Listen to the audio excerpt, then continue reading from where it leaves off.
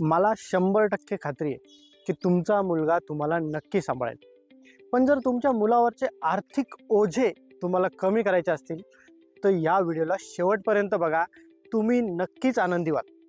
प्रत्येक आईवडिलांना वाटतं की आपले मुलं आपल्याला कधीच एकटं सोडणार नाही, आणि खरं सांगायचं ती बहुतेक मुलं सोडतसुद्धा नाही.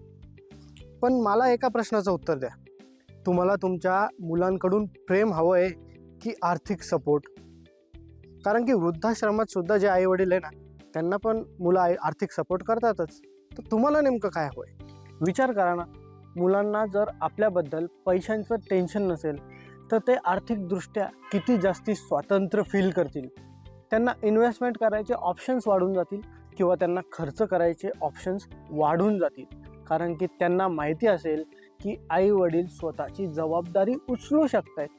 ही चांगली गोष्ट आहे का वाईट गोष्ट आहे, तुम्हीच मला सांगा. ज्यांच्या आईवडिलांना पेन्शन आहे ना, ते मुलं सांगू शकतील की जर आईवडील आर्थिकरित्या स्ट्रॉंग आहेत तर आपल्याला किती जास्ती क्लीन मार्ग मिळतो.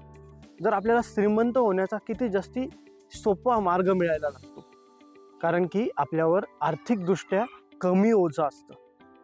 तुम्ही मला सांगा, जर कदाचित तुमच्या आईवडिलांना पेन्शन नसेल, त्यांना नाही शक्य झालं, पण तुम्हालाही तेच रिपीट करायचं आहे का? मला कमेंट सेक्शनमध्ये सांगा की तुम्हाला वाटतं का की रिटायरमेंट प्लॅनिंग करून तुम्हाला पेन्शन मिळावं आणि तुमचे मुलांवरचं ओझं तुम्ही कमी करावं.